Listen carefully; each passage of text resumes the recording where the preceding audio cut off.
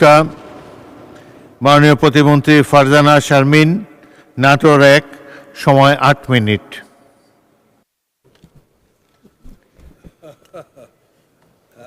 বিসমিল্লাহির রহমানির রহিম।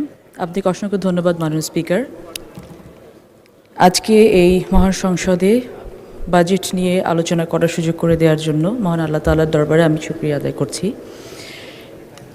মাননীয় স্পিকার, বর্তমান বাংলাদেশে যে বাজেটটি আমাদের মাননীয় অর্থমন্ত্রী প্রস্তাবনা আকারে পেশ করেছেন বর্তমান মহান সংসদে, এই বাজেটটি আসলে জাতীয় এবং আন্তর্জাতিকভাবে সমাদৃত হয়েছে বলে আমি মনে করছি। সংবিধানের fundamental rights, fundamental principal of state policy দুটোকে মাথায় রেখেই এই বাজেটকে জনগণের সামনে নিয়ে আসা হয়েছে। পথ হারাবো বলে এবার পথে নেমেছি, সেভাবে বাংলাদেশ জাতীয়তাবাদী দল এবং বর্তমান সরকার পথে নামেনি। মাননীয় স্পিকার, আমরা পথে নেমেছি পথটা তৈরি করে ইনশাআল্লাহ।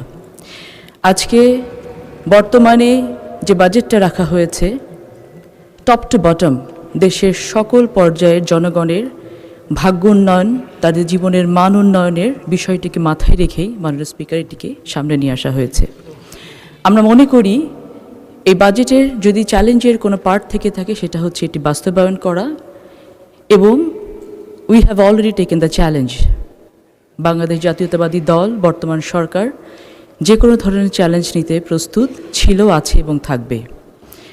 বর্তমানে বাংলাদেশের যে আর্থিক অবস্থা, যে ভঙ্গুর অর্থনীতি, বিগত 17-20 বছর ধরে যে সিস্টেমেটিক্যাল ডিস্ট্রাকশন সকল রাষ্ট্রীয় প্রতিষ্ঠানগুলোতে করা হয়েছে, সকল কিছুকে ওভারনাইট তুলে নিয়ে আসা সম্ভব না, এটা আমরা সবাই জানি, আমরা সবাই বুঝি। সে কারণে আমাদের এই বাজেটটাকে বাস্তবে রূপ দিতে হলে সকলের সম্মিলিত প্রচেষ্টা প্রয়োজন রয়েছে। সকলকে সাথে নিয়ে আমাদেরকে একসাথে এগোতে হবে। সমাজ কল্যাণ মন্ত্রণালয়ের প্রতিমন্ত্রী হিসেবে দায়িত্ব পাওয়ার পর থেকে এ পর্যন্ত রাত দিন কাজ করে যাচ্ছি কিভাবে সব থেকে ভাইব্রেন্ট একটি মিনিস্ট্রি এটাকে করে গড়ে তোলা যায়। আমার মাননীয় মন্ত্রী মহোদয় এখানে আছেন। আমরা সকলে মিলে চেষ্টা করেছি বাংলাদেশ জাতীয়তাবাদী দলের যে manifesto, one of the main signature project যেটা ছিল ফ্যামিলি কার্ড, সেটাকে পাইলটিংটা বাস্তবে রূপ দিতে, এবং আমরা সাকসেসফুলি সেটা করতে পেরেছি ইনশাআল্লাহ।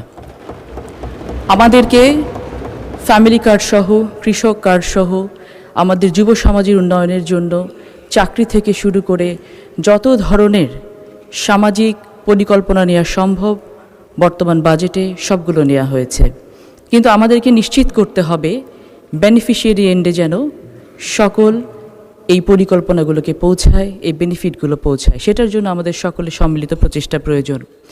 আমরা অনেক বিরোধিতার জন্য বিরোধিতা করতে পারি, কিন্তু পরিবর্তনের বাতাস যে একটি অলরেডি শুরু হয়ে গেছে এটা আমাদেরকে স্বীকার করতে হবে। সে পরিবর্তনটা যেমন সবুজ বাংলাদেশ গড়ার পরিবর্তন, গ্রিন বাংলাদেশ গড়ার পরিবর্তন, সেই পরিবর্তনটা একইভাবে পরিষ্কার বাংলাদেশ, ক্লিন বাংলাদেশ গড়ার পরিবর্তন। আসুন আমরা সকলে মিলে রাস্তাঘাট পরিষ্কার করার সাথে সাথে নিজেদের মনটাকেও একটু পরিষ্কার করি। যদি নিজেদের মনটাকে পরিষ্কার করতে পারি, একটু বড় করে আমরা দেখতে পারি, আমরা দেখতে পাবো যে আমরা সকলে মিলে জুলাই অভ্যুত্থানের মধ্য দিয়ে যে একটি নতুন বাংলাদেশকে নিয়ে আসলাম, আমরা সকলে কিন্তু সে একই প্ল্যাটফর্মেই দাঁড়িয়ে আছি, সকলে কিন্তু সে একই প্ল্যাটফর্ম থেকে সামনের দিকে এগোতে চাচ্ছি, এবং সকলে মিলে যদি এগোতে পারি তাহলে যে বাংলাদেশের স্বপ্ন আমরা দেখছি সেই বাংলাদেশ কিন্তু খুব বেশি দূরে নয়।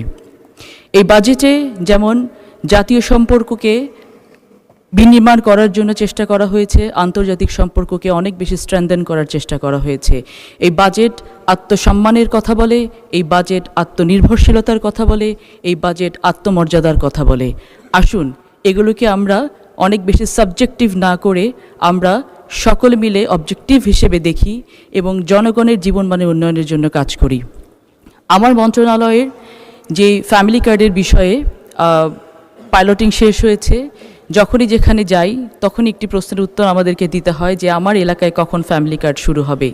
এই যে মানুষের চাহিদা, এই যে মানুষের রেসিপ্রোকেশন, তাদের যে ফ্যামিলি কার্ডের প্রয়োজন, তাদের যে কৃষক কার্ডের প্রয়োজন, সেটাই কিন্তু ডিনোট করে যে এই প্রজেক্টগুলো কতখানি বাস্তবধর্মী এবং এই প্রজেক্টগুলো কতখানি বাংলাদেশি ইকোনমিতে ইম্প্যাক্ট ফেলতে পারে। আমাদের রাষ্ট্রীয় মর্যাদা বৃদ্ধির জন্য আমাদের সকলকে মেরুদণ্ড সোজা করে দাঁড়াতে হবে। এই মেরুদণ্ড সোজা করে দাঁড়ানোর কাজটি কিন্তু একা সরকারের পক্ষে করা সম্ভব নয়। সরকার স্টেট পলিসি নিচ্ছি আমরা, এটা এক্সিকিউশন লেভেলে গিয়ে আমাদেরকে সকলকে একত্রিত হয়ে কাজ করতে হবে। এজন্য বারংবার আমরা একটা কথাই বলতে চাই যে দেশ গড়ার কাজ কেবল আমার একলার না। আমরা দেখেছি বিগত সময়ে যখন এক একটি সেক্টরের উপরে অত্যাচার হয়েছে তখন সেই সেক্টর প্রতিবাদ করেছে, কিন্তু যখন একটি সন্তানের গায়ে গুলি লেগেছে তখন কিন্তু ঘর থেকে মা বাবা সহ সকলে বেরিয়ে এসেছে। আসুন উন্নয়নের অগ্রযাত্রায় আমরা সকলে মা বাবা সহ একসাথে বেরিয়ে এসে এই উন্নয়নের অগ্রযাত্রাতে আমরা শরিক হই এবং কাজের দিকে এগিয়ে যাই। সময় কম, এলাকার কথা কিছু না বললেই নয়। নাটোরের মানুষ, আমি নাটোরের মেয়ে। আমাদের নাটোরের বেশ কিছু বিষয় নিয়ে ইতিমধ্যে আমি সংসদে কথা বলেছি। তার মধ্যে একটি হচ্ছে নাটোরে যতগুলো চরাঞ্চল রয়েছে, উত্তরাঞ্চলে যতগুলো চরাঞ্চল রয়েছে, এই চরাঞ্চলগুলোকে যদি আমরা ইউটিলাইজ করতে না পারি তাহলে আমাদের জন্য এটা খুব ক্ষতির কারণ হচ্ছে। প্রথমত বালুমহল নিয়ে একটা বড় সিন্ডিকেট কাজ করে পুরো বাংলাদেশ জুড়ে। এই সিন্ডিকেটটাকে আমাদেরকে একটু আইডেন্টিফাই করে কেটে ডিফিউজ করতে হবে। বালুমহলকে যদি লিজ দিতে হয় তাহলে অ্যাপ্রোপ্রিয়েটলি বালুমহল নিয়ে কাজ করতে হবে, আর যদি বালুমহলের লিজ বন্ধ করতে হয় তাহলে একবারে বন্ধ করতে হবে। যদি চরগুলোকে আমরা ইউটিলাইজ করতে চাই, আমাদের রিনিউয়েবল এনার্জির ক্ষেত্রে আমরা যদি সোলার প্যানেল তৈরি করে সেখানে কাজ করতে চাই তাহলে চরাঞ্চলে যে ক্রাইমগুলো হয় এই ক্রাইমগুলো বন্ধ করা অনতিবিলম্বে সম্ভব। আমাদের নাটোরের লালপুর এবং পাবনায় যে চরগুলো আছে, ঈশ্বরদীতে যে চরগুলো আছে, সেখানে গত 3 সপ্তাহে 3টা কিলিং হয়েছে, 3টে মার্ডার হয়েছে, যেটা অত্যন্ত দুঃখজনক। এবং এগুলোকে বন্ধ করার জন্য অনতিবিলম্বে এই চরগুলোকে আমাদেরকে হাত দেওয়া উচিত এবং কাজ করা উচিত। দ্বিতীয়ত, আমাদের উত্তরাঞ্চলে অনেক সুগার মিল আছে। এই বন্ধ হয়ে যাওয়া এবং অর্ধবন্ধ মিলগুলোকে অবশ্যই আমাদেরকে কাজে হাত দিতে হবে। তাহলে যেটা হবে, আমাদের যুব উন্নয়নের জন্য, যুব সমাজের কর্মসংস্থানের জন্য তারা যখন সরকারি চাকরির খোঁজে ঘুরতে থাকে, অথচ সরকারি চাকরির সংস্থান আসলে সকলকে দেওয়া সম্ভব না। আমরা যদি এলাকা ভিত্তিক কাজগুলো হাত দিতে পারি তাহলে সেখানে কর্মসংস্থান হবে এবং এলাকাতে ভিত্তিক কিন্তু উন্নয়ন করা আমাদের পক্ষে সম্ভব। ওয়ান ভিলেজ ওয়ান প্রোডাক্ট যে প্রজেক্টটি আমরা এগোতে চাচ্ছি, ইতিমধ্যে যদি আমরা সেই কাজগুলোকে আরও একটু ত্বরান্বিত করি তাহলে আমাদের কাছে অনেকভাবে এই ধরনের প্রস্তাবগুলো এসছে যে আপনারা এই কাজগুলো করেন। কিছুদিন আগে শ্রীমঙ্গলে গিয়েছিলাম, চা বাগানের মণিপুরীদের সাথে কথা বলেছি। চমৎকার কাজ তারা করে, মণিপুরি শাড়ি তৈরি তারা করে।